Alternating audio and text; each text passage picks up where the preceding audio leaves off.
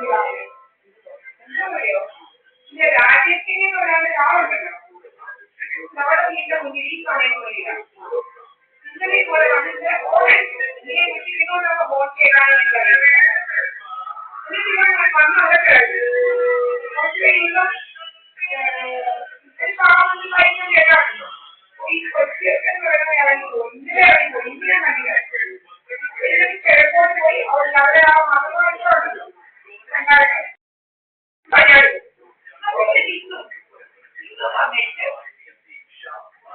അവിടെ കിടക്കുക പിന്നെ അവിടെ ഞാനൊന്ന് പോയി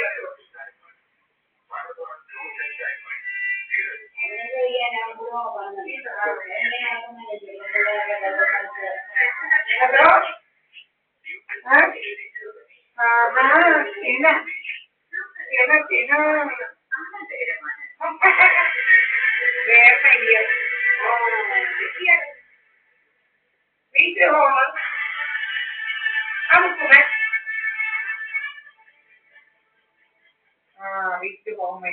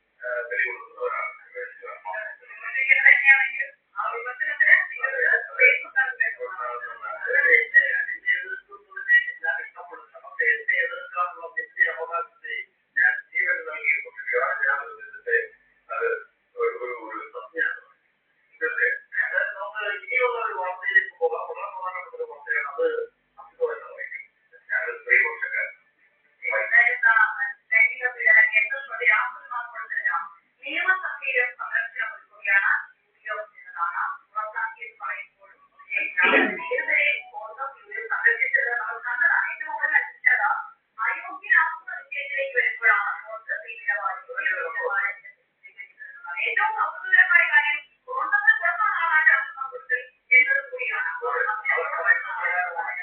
കുറച്ചുള്ള ആളെ സംരക്ഷിക്കാനായി കോൺഗ്രസ് സ്വീകരിക്കുന്ന നിലപാടുകളാണ്.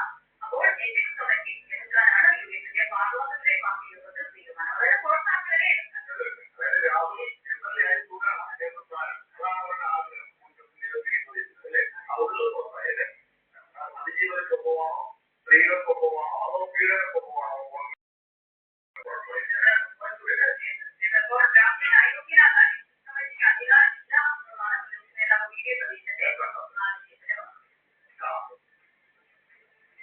ലൈംഗിക പീഡനക്കേസിലെ പ്രതി രാഹുൽ മാങ്കൂട്ടത്തിന്റെ നിയമസഭാ അംഗം റദ്ദാക്കണമെന്നാവശ്യപ്പെട്ട് ഭരണപക്ഷ എംഎൽഎ DK മുരളിയാണ് നിയമസഭാ എത്തിക്സ് കമ്മിറ്റിക്ക് പരാതി നൽകിയത്.